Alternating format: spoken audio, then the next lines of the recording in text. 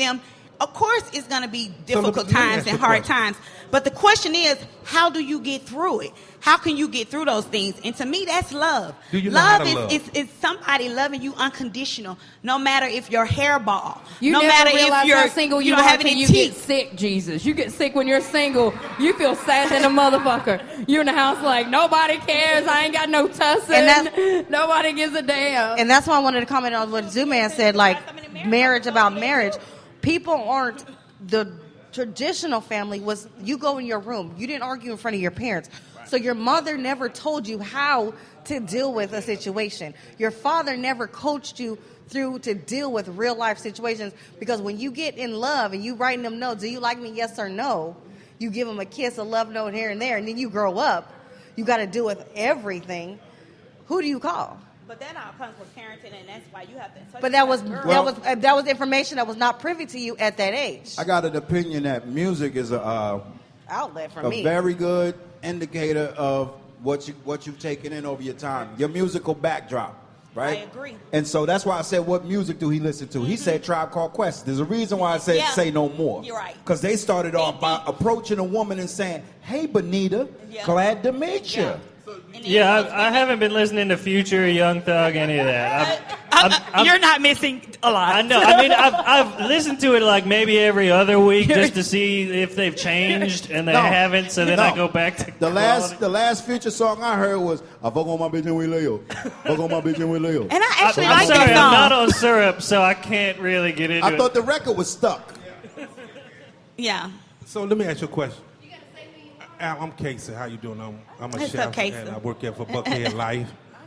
So let me ask you a question. See, he said something about music. I'm not. This is a statement. Back in the days, we listened to Darnell Jones, Babyface. Yes, they talked about love. Love, Back then, yes. listen. Back then, music had you wanted to fall in love and settle down. But the music today wants you to cheat on your girl. I want to fuck you, bend you, bang you. So that's the type of music that I can't.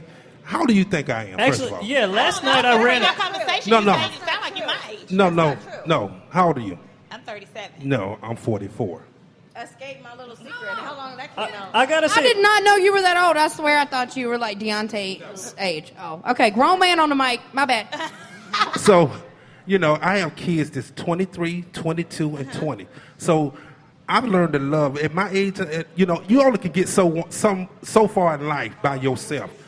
You have to. When you get a certain age, you be like, damn, I don't reach this peak, but damn, I need somebody to elevate me more. Yeah. So when it comes to settling down, nobody wants to settle down anymore. All they think about me as a man. Shit, I go home and go to work. I don't think about my dick all the time. last night I ran some for Michael Henderson, the Dramatics, and Gene Carn. And that was a window into that type of classic soul, I believe. I must admit I'm not that well versed in that style of music, but that felt like the type of genuine, actual like romance and that type of stuff in a stark contrast to what's on the radio today. I think it's on purpose too. I don't think it's by happenstance. I honestly do. I feel like the trajectory of how hip hop has changed definitely has to do with something more corporate than it has to do with what people want to hear. Yeah, although I agree. There are glimmers though of like Run the Jewels types that are railing against that and trying to aggressively say no, I'm not going to rap about that shit. Well, you have to have a co-signer that's in deep enough that can lodge you in so deep you can't be yanked out like a J. Cole got Jay. Yeah, that's true. And I mean, Killer Mike in Run the Jewels, he's been around long enough. He can. I mean, this was cool, but did you see the Avengers, the last one? Yeah. With Ultron? Yeah. Hip hop is the Ultron brain. Remember when the brains was sitting next it was sitting next to Jarvis? Hip hop is the Ultron brain. It's an organism you can't control. Yeah. It'll go where it feels like. It'll dominate. It'll take over something, simulate it. It'll change it. It'll reprogram it. I don't have a preference more than like I like hip hop just expanding how it does. It's going to be some of it I like, some of it I don't. But that kind of goes back to what I was saying too. It's all about your mindset. It's all about how you think when you enter in a relationship. with your best friend, when you enter in a relationship with, someone you want to spend the rest of your life with, it's all about how you think as a person. I've been one of those people where I've been like, fuck that nigga, fuck this shit. What music was you listening to? But at the end of the day, I had to change the way that I think. And when I changed the way that I think, things start happening in my life a lot much different. Things start happening for me that went a better way.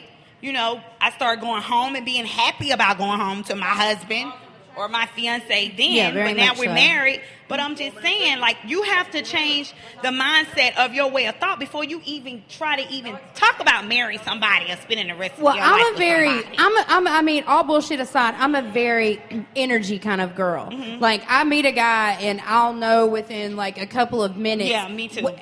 I want to meet, and the relationships that I've had that have been substantial relationships have been that time stops situation where I look at them and it's, hold on just one second, baby, where I look at them and like everything kind of falls together. But I think that it's difficult for us as women today in 2016, honestly, because we are doing okay by ourselves. It's not like I don't need a motherfucking man. No, I don't. Yeah, you can buy some dick at a sex shop, I guess, whatevs. We don't supposed to be by ourselves. No, I don't want to be by myself, and a dildo don't have a big ass chest I can crawl up on and take a nap. I need a chest, geez. I need a man's chest with the dick. They don't sell that until they do. They probably do. I get it. But not a heartbeat. If they sell a fake chest with a heartbeat, I'm fucking dropping the mic and I'm never going to shit again. You got married women that buy dildos, so I get it. But what I'm trying to say is that at the end of the day, you have to realize that you're going to go through things whether or not you're single or whether or not you're married. The question is, do you want to go through these things the rest of your life with this other person?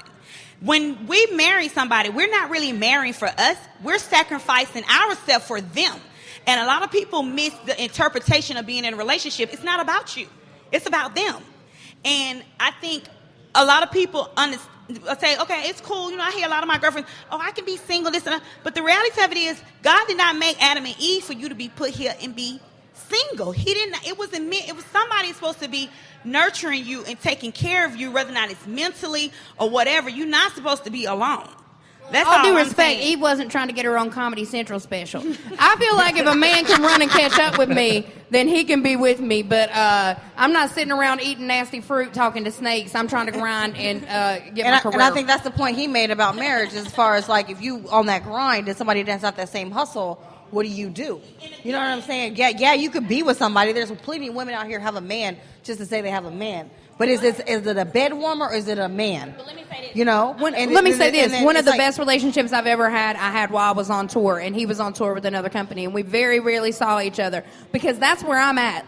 Like, I need somebody that's doing what the fuck they need to do, that's preferably on the road, doing what I'm doing, so they get it. So they're not calling me fucking 20 times a day saying, why ain't you calling me back? Because I'm fucking doing shit. I'm in motherfucking rehearsal. I got shit going on. I'll talk to you because I love you. And you'll know I love you when I talk to you, but I didn't want... That's the kind of relationship that I want. I need somebody, I need somebody doing what the fuck I'm doing. Whether he works lighting, or he works sound, or he's an actor, or whatever the fuck this man does, he needs to be doing what the fuck I'm doing so he gets what the fuck I get. Because trust me when I tell you, it is, even being a female, it is too many motherfucking problems when they don't get it. So what do you think about the women who are doing it and doing their thing, but their husbands are staying home, or they staying home? That may be okay. That may be what they need. And he's supporting them on the back end, and they're doing their thing. That may be what they need. But in my experience, men that are regular job guys and stay-at-home guys, they don't get me. They don't get what I'm doing. They don't get my grind. They don't get my hustle. They don't get me being gone for months at a time. But I still love you. I still think about you all the time. It's not like that. Like I'm not out here like jumping on every dick that I see. I'm just saying, I don't know, maybe I am. I'm just kidding, I'm not. I wasn't. A dope example of a great couple is on the new show on Showtime called Billions. The dude that's the billionaire, Axelrod, him and his wife, they're so right here. Last episode, he flew out to go watch Metallica. He's a billionaire. He got it like that. We're going to watch Metallica, guys. Come on, go get in the jet. One of the ladies that was the opening act, he met her at sound check. Next thing you know, they're kicking it. And she started throwing it his way. And they put enough tension in the scene that you don't know what he's going to do. You're like, oh, is he about to cheat on Shorty? There's a part of you that's saying, I know he's not. Because what they showed you that their bond was, yeah, so you see, the bond is insane. But it comes because they got the same belief system about how things should be. And they are the best couple, man. It ain't even it ain't but like 4 episodes in, and I'm like this. He called, I'm sorry, I got to tell you about this episode. So it's this building with a name on it. And he talking about buying buildings. He want to put his name on the building. And the people whose building it is, they in the hock. They ain't got enough money. Whole nine. So he plays hardball, sets up a situation with them. Comes and sits and had a meeting with him. He starts talking to them real cool. Next thing you know, he telling them about how your father, your grandfather, I used to be his caddy. Oh, yeah? Wow. Funny we all end up here. Yeah. He told him about how the days used to be hot, and one time he missed a stroke, and you laughed, and he fired me. And that job was the only job that I had that was making money. I was stacking my money trying to do something, and boom. And he said 16. I think it was $16 or some shit. The number was 16. Whatever the number was about, like that, how much he made over the summer or something. Called $16,000 he made. He said, so now, what was a deal of $21 million that they were going to get so he could put his name on the building is now 21 minus 16 million.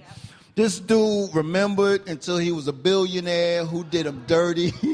He went and bought their building and pimped them, slapped the beast out of them. They tried to get all belligerent. He was like, nah, just take the money. Come on. You don't want to go through all that. Just take the money and get out. Wow. But why? My point is, there's something in this show that lets you know that when you saw the scene about him possibly cheating, you understood that there was something about her that makes him be able to do that, what he did with that building.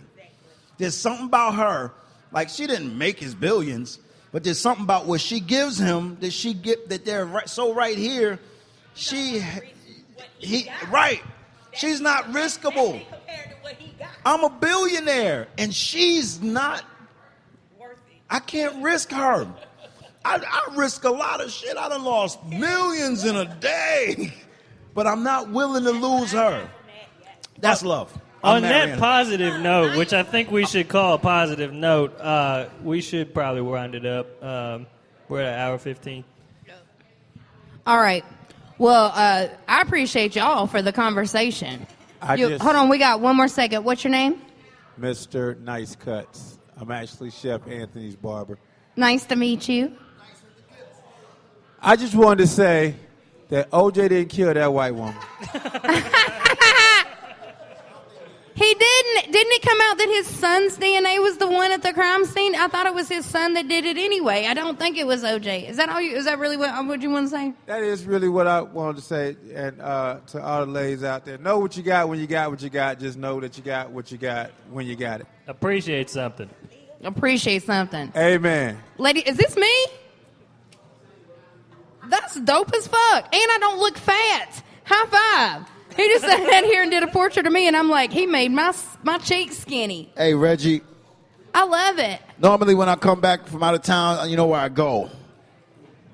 I go straight to the House of Hookah, which is my normal residence. This is where I go to write all my jokes.